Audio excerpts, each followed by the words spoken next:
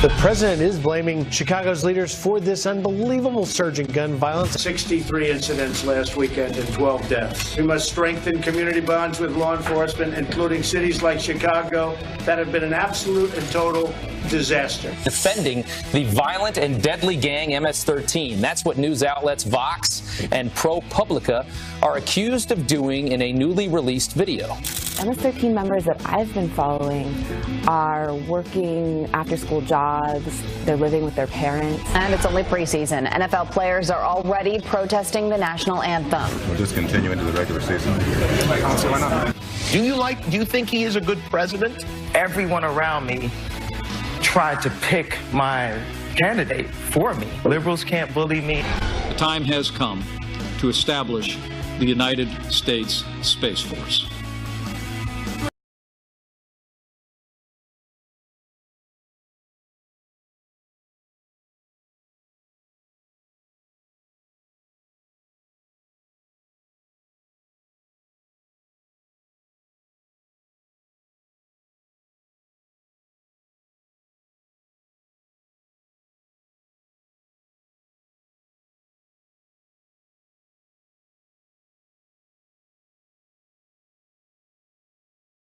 Daves is here. I wonder how many times people wake up on a Friday morning and see that and think, I'm either going to eat at Famous Dave's or I'm going to have barbecue tonight. You know, it just kicks off the weekend. Makes you excited. Country music, it's a Friday. You're going to have barbecue either this morning with us or you're going to have it at some point this weekend, hopefully. I would not be surprised if Kellogg's wanted to go out with a rib cereal. I mean, because that's how people are looking at ribs and saying, why not for breakfast? And simply because of Famous Dave's that we barbecue in the morning. What about rib-flavored cereal? What are we going to do? Procter & Gamble, you don't think is working on that? See, Procter & Gamble. The McRib, very popular when they do have it at McDonald's. But I just don't know. Very messy, but very good. I don't know about breakfast. They doubted Cocoa Pebbles, too. And look, it's still around. It's Cocoa Pebbles. It's not barbecue pebbles. Just say it. That's right. They laughed at Edison. Across the river over in what is now Edison, New Jersey. All right, thank you very much for joining us. We've got a couple of stories this morning that you're just not going to believe. First of all, we're going to introduce you to a fellow from Cambridge, Massachusetts. His name is Brandon Ziobrowski. He has been arraigned. That's him right there, yesterday in New York. On social media, that guy right there, on his Twitter, offered $500 to anybody who would kill an ICE agent. He wrote, I am broke, but will scrounge and literally give $500 to anyone who kills an ICE agent. He is now facing 5 years in prison. Wow, he was in New York visiting a friend and he got arrested. Can you believe this? He wants to pay people $500 to go and shoot other Americans that are protecting you. He also wants to, I think, strangle John McCain. Yeah. Slit his throat. Yeah, slit his throat. So obviously he's deranged. Why you can threaten a sitting senator by slitting his throat and still be out on the streets walking there is unbelievable. Well, he also said guns should, quote, only be legal for shooting the police like the Second Amendment intended. And he responded to a tweet by saying, thank you, ICE, for putting your lives on the line and hopefully dying, I guess, so there's less of you. The reason law enforcement is cracking down on him is they hope to send a message that they will not tolerate threats against the men and women of ICE who are simply following the law. His Twitter account has been suspended. Yeah, the twisted mindset is part of the mindset on a bigger picture is the lack of respect towards cops in general, which sadly is why we see so many shootings. There's got to be the fear, and you talk to officers, they have to know that if you shoot an officer, any level, any branch, death penalty. There's got to be some hell to pay for what they're doing, because without them, we do not have a civil society. So, oftentimes, people talk about fake news, inaccurate news, misappropriated news. How do you take this news? That MS-13, misunderstood, like to work, like to bike ride, not all that so violent. bad. Right. So you have Vox and ProPublica who are now taking aim at the president because he's so concerned at how violent MS-13 is. And they're saying, listen, they're really not that violent. We went out, we were amongst them. They really just live at home with their parents and they ride bicycles around and they're pretty young and they smoke some pot. Listen to this. When you think of the street gang MS-13, what do you see? Maybe something like this. or this. But what if I told you the typical MS-13 gang member in the US actually looks like one of these young men on Facebook? The Trump administration has made MS-13 the most visible symbol of why the US needs tougher immigration policies, especially as a reason to point a finger at Central American immigrants. But here's the thing, MS-13 was born right here in the United States. This is 100% an American-born gang. They're neither a new phenomenon nor growing in numbers, but they have committed acts of horrific violence, mostly against other immigrants in specific communities. And that is still an American problem. Okay, so it was born in Southern California. They are right about that. But they defend MS-13 against the president's charge that it's a drug smuggling cartel. They say that's not the case. They don't have global ambitions. It's not really involved in international drug trade.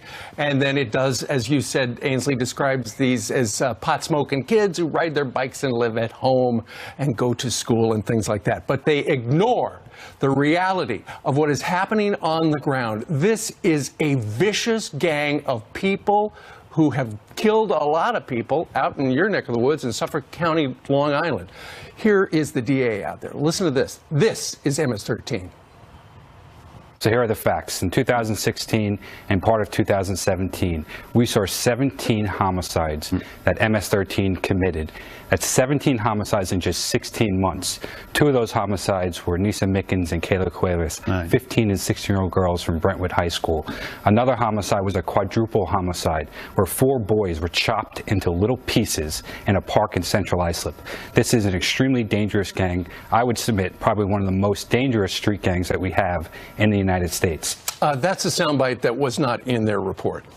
My question is, why? Why are they defending them? When you talk to these moms, we've interviewed them, and you know what their little girls went through out in Long Island. Y'all have heard us talk about them.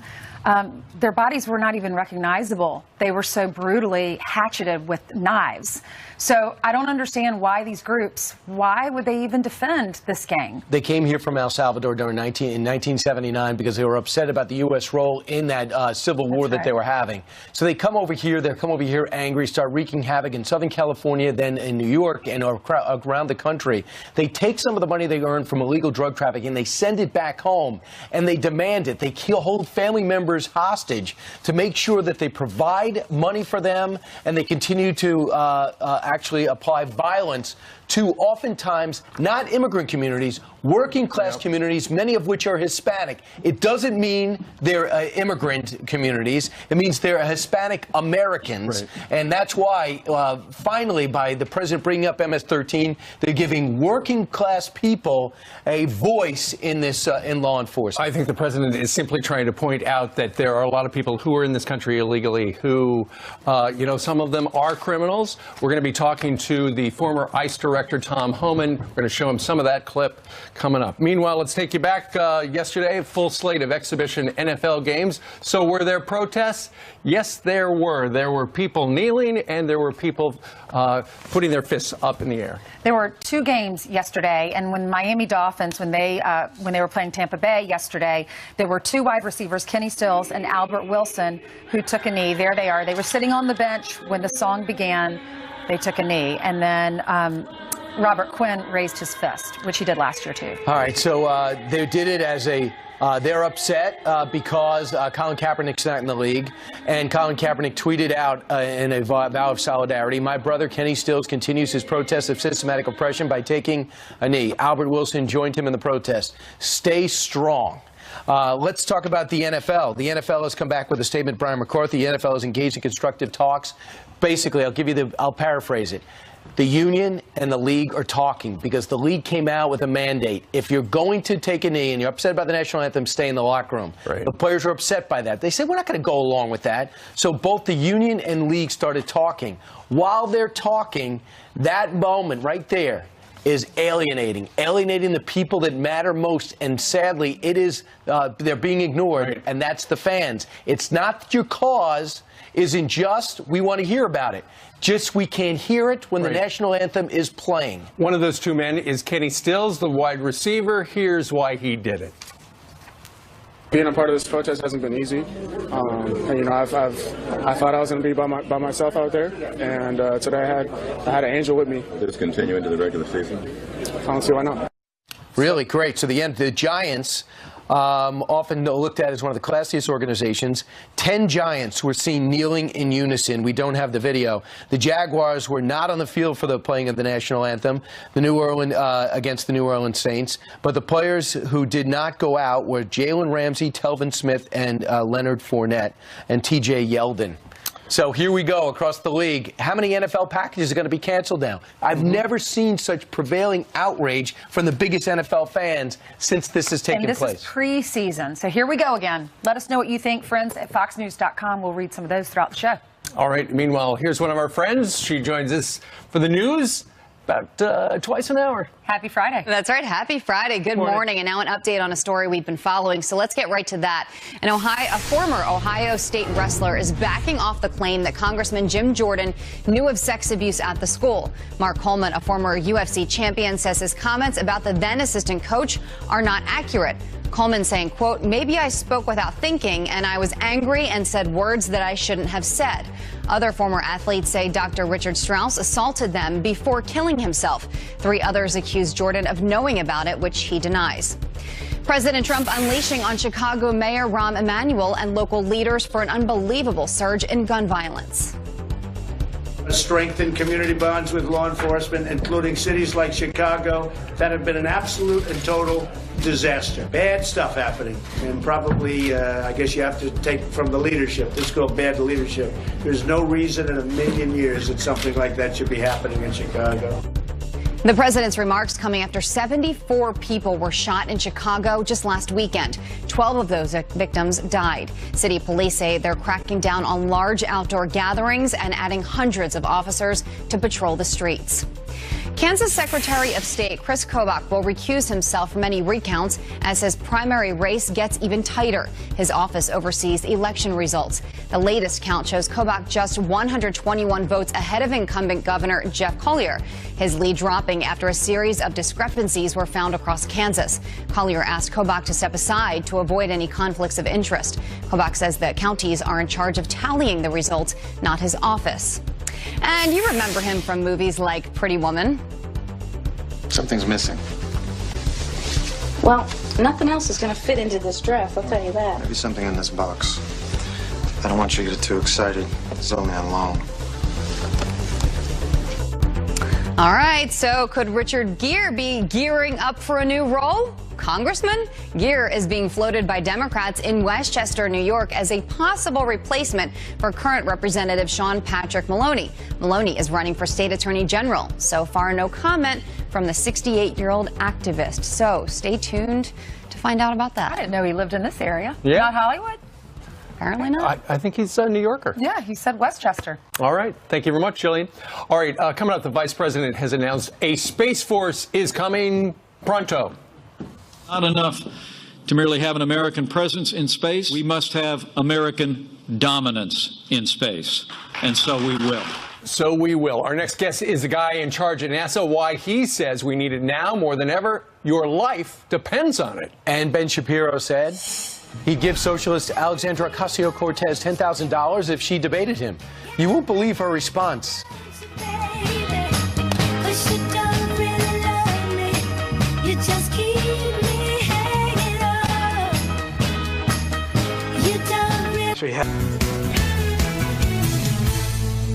President Trump stated clearly and forcefully that space is, in his words, a war-fighting domain just like land and air and sea. The time has come to establish the United States Space Force. All right, there you go. Vice President Mike Pence detailing new plans to establish a 6th branch of the U.S. military, the Space Force, which will oversee war fighting in the final frontier, space, expected to be rolled out within 2 years. Shortly after the speech, President Trump tweeting, quote, "Space Force all the way!" Exclamation mark. Here are details. This guy who would be really involved in it. He's the guy who runs NASA, the administrator, Jim Bridenstine. Jim, good morning to you. Well, good morning. Good to be with you. Why do we need a Space Force? Isn't that something that the Air Force has been handling and NASA's been handling? Why do we need a 6th branch of the military? Well, it's a great question. To be clear, it doesn't involve NASA directly. So NASA has blazed a trail that has resulted in the commercialization of space. So when you think about the way we navigate, the way we communicate, in fact, a lot of people watching this at home are probably watching it on DirecTV or Dish Network. Sure. The way we produce food, the way we produce energy, the way we do national security in this country, disaster relief, predict weather, the way we understand climate. And of course, a lot of people don't realize every banking transaction in the United States of America requires a timing signal from GPS, which means if we lose GPS in this country, we have no milk in the grocery store within a matter of 3 days. Right. It's an existential threat to the United States. Now, as NASA administrator, and NASA, we don't get involved in space security. That's not what we do. We do discovery, we do exploration, we do science. But what is important to note is that we have hundreds of billions of dollars worth of activity in space, plus our American astronauts. It's also true that on top of that, the annual economy for space activity is $350 billion annually. Now that's a big economy in space. Absolutely. And President Trump is really doing the right thing by making sure that it's secure, which is necessary. Oh, okay, absolutely. The way you lay it out, you don't realize how much we do depend upon satellite technology. But is it too ambitious a goal? I mean, they would like to have it up by 2020. That's less than 2 years from now. No, I don't think it's too ambitious at all. In fact, a lot of these activities are already being done. They're just being done inside the Air Force or inside the intelligence community. And really what the president is saying is we want to take these amazing capabilities and we want to elevate them, if you will, to its own military service so that it gets the same representation on the Joint Chiefs of Staff eventually, maybe having its own service secretary, so that it's not subordinate to the air domain within the Air Force. Gotcha. All right. Interesting stuff. Preview of coming attractions. Jim Bridenstine, the NASA administrator, joining us from our nation's capital. Easy for me to say. Jim, thank you very much. Have a good weekend. Thank you. You bet. Interesting stuff. What do you think about that? Email us. Meanwhile, coming up, are you a little bit country or a little bit rock and roll? The answer could completely change your love life. Plus, what would you do? A flag knocked over in a brutal storm. Meet the soldiers who jumped into action to do the right thing.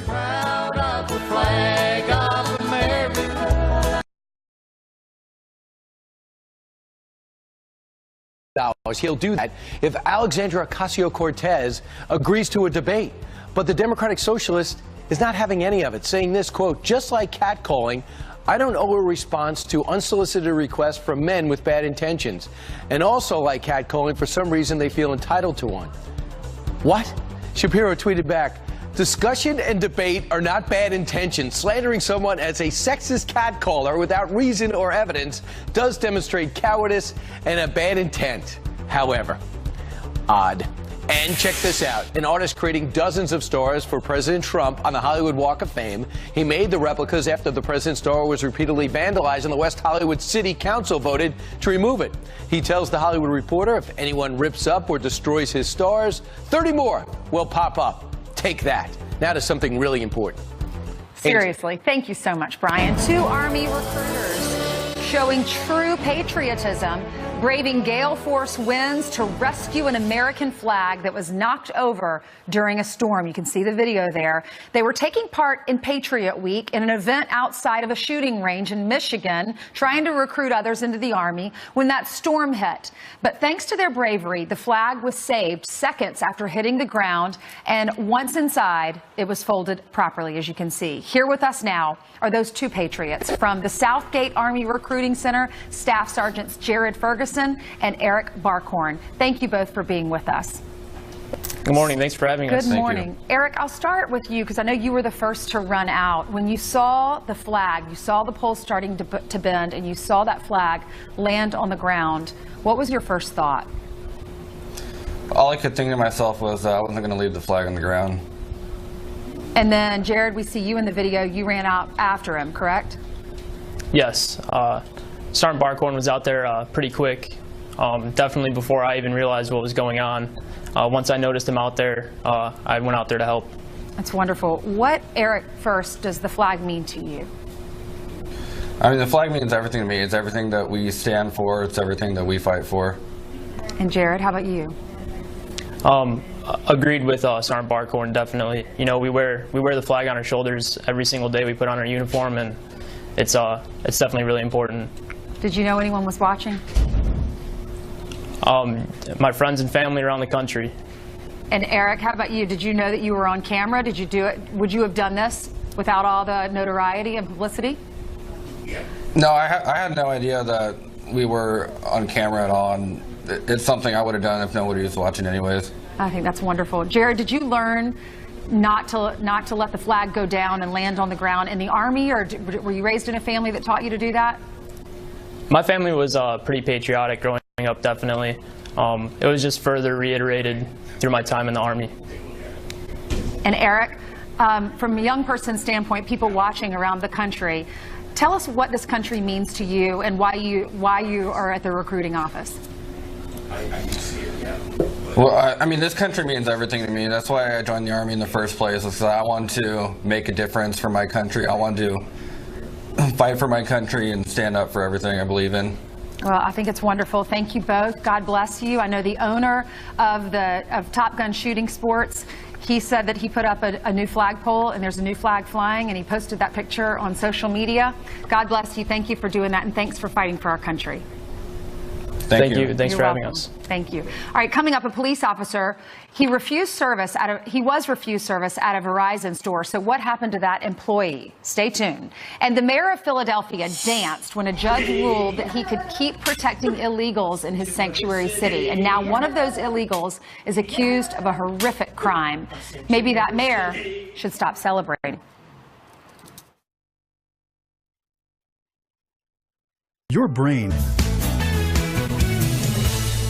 Everyone around me tried to pick my candidate for me. And then told me every time I said I like Trump that I couldn't say it out loud, or my career would be over, I'd get kicked out the black community. It took me a year and a half to have the confidence to stand up and put on the hat.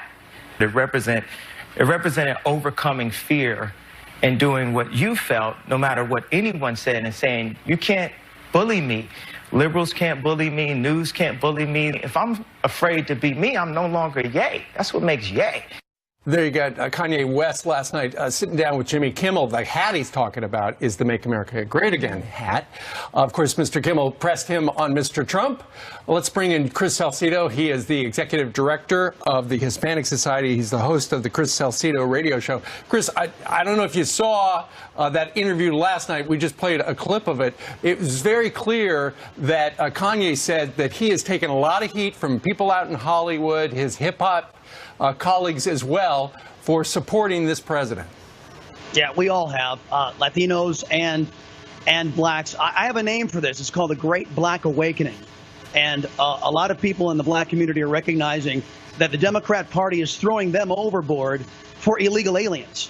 Because the Democrat Party... What do you mean?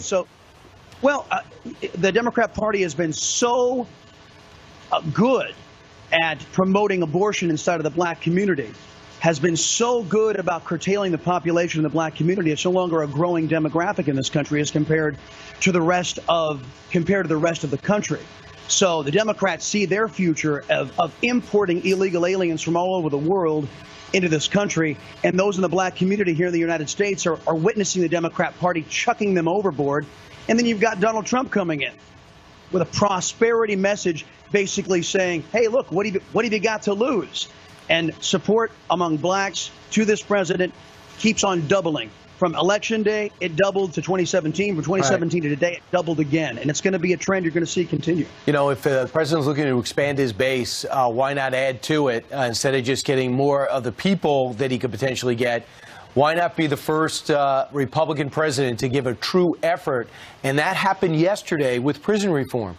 Because there's an inordinate number of African Americans in prison. Even Van Jones and other people have responded and say, wow, I really like the plan. It might have bipartisan support. And if the president can get this through, it's going to be hard to take that away. And just to be totally clear, I watched Kanye West not be able to answer a question to Jimmy Kimmel, does President Trump care about black people? He just froze and didn't say anything. I assume the answer is yes, or else he wouldn't be supporting him. But they went to commercial. It was a bizarre interview. Yeah, Brian, I got to tell you that I'm asked, hey, how does the Republican Party or conservatives reach out to Hispanics or reach out to minorities? And I say, this is very, very complicated, folks. Just take your notepad out. I say, talk to them. And that's what this president is doing. He's talking directly to the folks, bringing the prosperity message that the Republican Party has been so timid and shy of bringing into these communities, and it's working. What do you make, Chris, of what's happening in Philadelphia, where you've got the mayor who's celebrating the fact that it's a sanctuary city, but then you also have these illegal aliens who are put in prison, and ICE is not notified, and then they get back out on the streets, and this little girl is sexually assaulted as a result? Ainsley, normally I look at my political opposition, I just normally shake my head and I disagree with them. This one gets me angry. Let's be fair. It's a bipartisan affliction out there with illegal immigration. But sanctuary cities is 100% the Democrats. This is their doing. The Philadelphia leadership, the Mayor Kenny, and that judge that allowed this to happen, they all have this 5-year-old girl's innocence on their heads. You know, I took a phone call from a listener yesterday who said, you know what, we've got laws. If a bartender serves somebody too much alcohol, the law can come back to that bartender and prosecute him. Why can't we do the same to officials who pave the way for illegal alien felons, known felons, to be predators on American citizens? Chris, there's culpability here, and the American people are tired of this. This particular case, and how many times have we heard something just like it? This case involves a fellow by the name of Juan Ramon Vazquez. He was deported from the United States. He came back in. He was arrested in Philly, and then they said, you know what, we're just going to drop the charges. And there was an ICE detainer.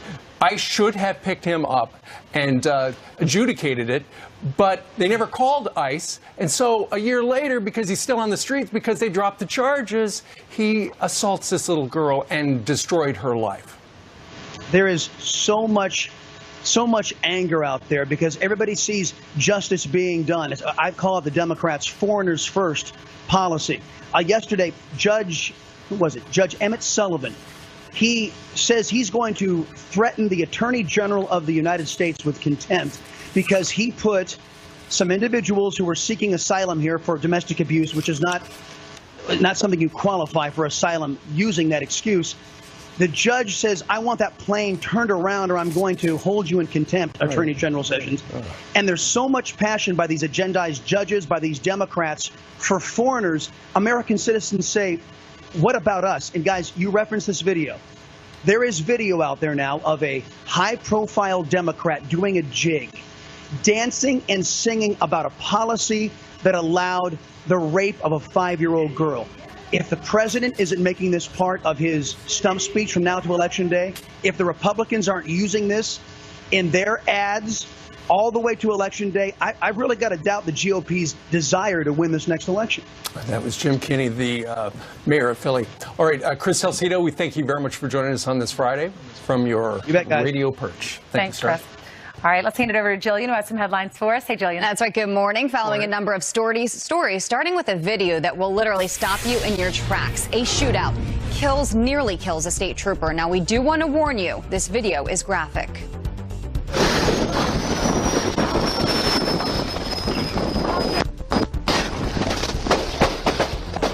Yeah, look at that. Terrifying scene unfolded last year. The video now being released because the suspect was convicted. Officers pulled over the guy during a routine traffic stop in Pennsylvania, but things quickly got out of hand. When troopers tried to arrest him, he breaks free, grabs a gun from his car, and starts shooting. One of the troopers throws himself over the guardrail, then he ties a tourniquet on himself to stay alive.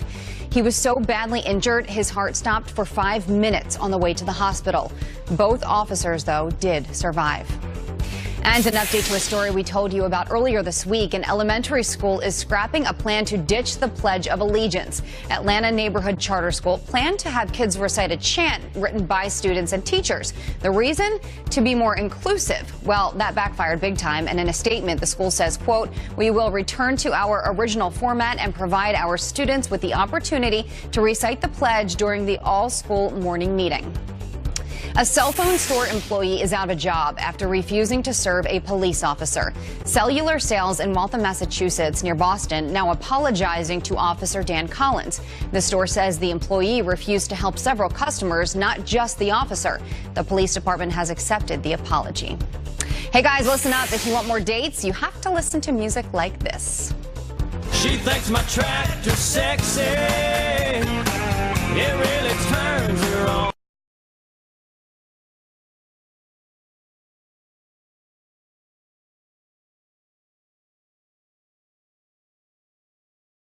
Dating site Plenty of Fish shows men who list country music on their dating profile get 32% more messages, but women who listen to classic rock are 68% more likely to connect with somebody.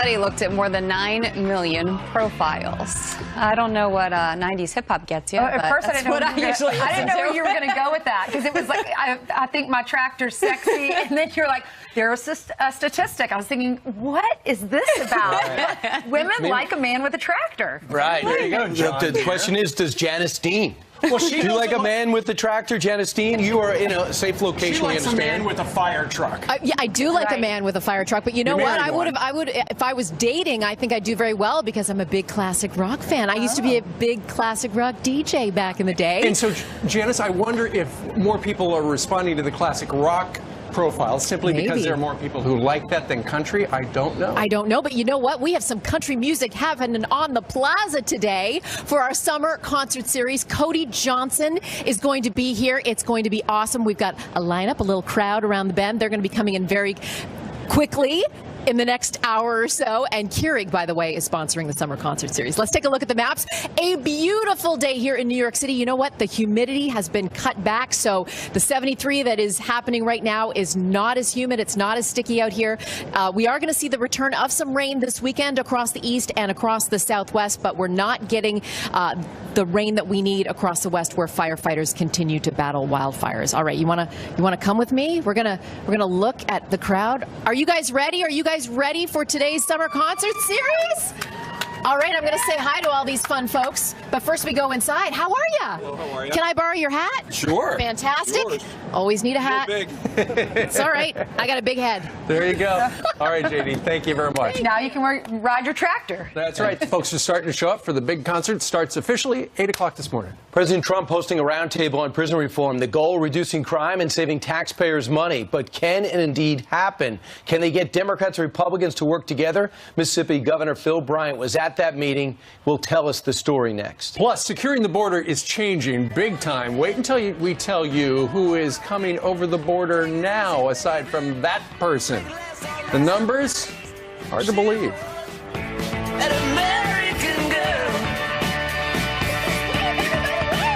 Best dressed man in Rockaway right here. Are you guys excited? Trump honing in on prison reform, hosting a roundtable with state leaders, and it happened yesterday in New Jersey. The president saying we have a duty to help those seeking redemption.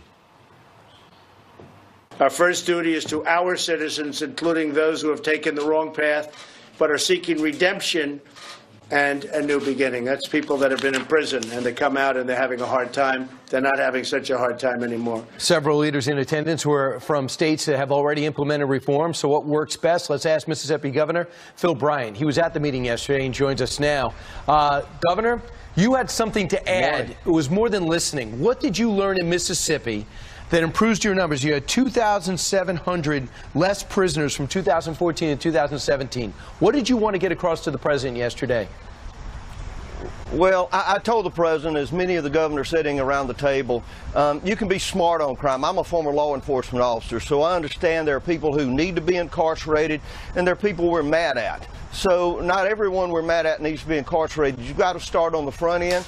We've got to make sure you have drug counseling there. So many, about 90% of those that are in prison now, incarcerated, 2 million across America, are there because of drug-related arrests. Almost 100% of the women in prison were related to drugs. So we start there with drug counseling, with interdiction, to make prisons a drug-free zone to start with. That's a good place. And then start teaching technical training. Let them get their GED while they're in prison. Looking at the non-violent offenders, perhaps earlier release, so that we can put them in the job market with some of the 3.9 million jobs that the president has helped create that are now open. We need these men and women to be out working with their families and in their communities. Right. So we know a prison reform measure already passed the House. You want to make sure the one that goes through the Senate and gets okay by the president is going to be effective. Some of the things that has been brought up: recommend parole for nonviolent criminals, allow earned discharge credit for offenders compliant on community service. Just to name a few of the things out there today. Do you sense the president is focused on doing this and getting it passed before November? I do after yesterday. I think as he heard Governor Perry, now Energy Secretary Perry, talk about what success they had in Texas, Nathan Deal in Georgia, John Bell Edwards, Democrat from Louisiana, as he heard how the states, Mississippi, has moved forward with prison reform, how successful he's been. He understands that 70% of the people across America support this. This is crime prevention. About 70 to 80% of those that are released from prison will commit crimes again if we don't have an active rehabilitation program and give them some opportunity as they leave incarceration. And you know, this could get mislabeled soft on crime. It's not. I love your term smart on crime, and I love anything that could bring both sides together. And I think the American people would love to see both parties at a signing ceremony this fall. Thanks, Governor, for the insight. Appreciate it. Absolutely right. Okay. Thank you so much. Glad to be here. And so many states have shown improvement and take things on their own. Maybe we can get it done nationally. Meanwhile, coming up straight ahead, kids are getting ready to go back to school, and one elementary school has a brand new addition this fall. Gender-neutral bathrooms. Is that a good idea for 5-year-olds? And speaking of school, it's time to go shopping. The biggest, most expensive phone of the year revealed. But is the Samsung Galaxy Note 9, it's 9, worth your money? Kurt the Cyber Guy here, he got his for free.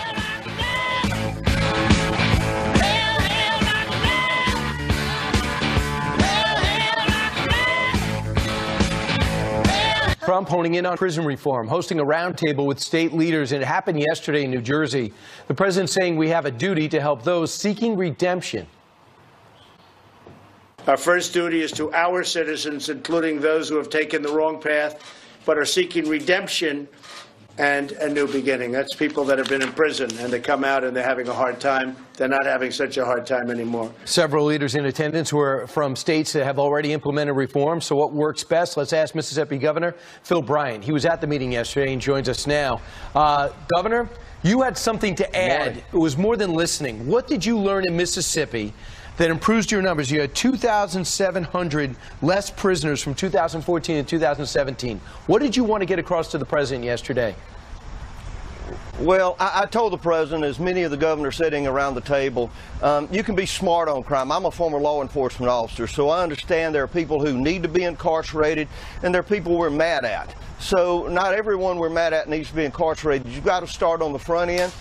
We've got to make sure you have drug counseling there. So many, about 90% of those that are in prison now, incarcerated, 2 million across America, are there because of drug-related arrests. Almost 100% of the women in prison were related to drugs. So we start there with drug counseling, with interdiction, to make prisons a drug-free zone to start with. That's a good place. And then start teaching technical training. Let them get their GED while they're in prison. Looking at the non-violent offenders, perhaps earlier release, so that we can put them in the job market with some of the 3.9 million jobs that the president has helped create that are now open. We need these men and women to be out working with their families All right, so and in their communities. Right. So we know a prison reform measure already passed the House.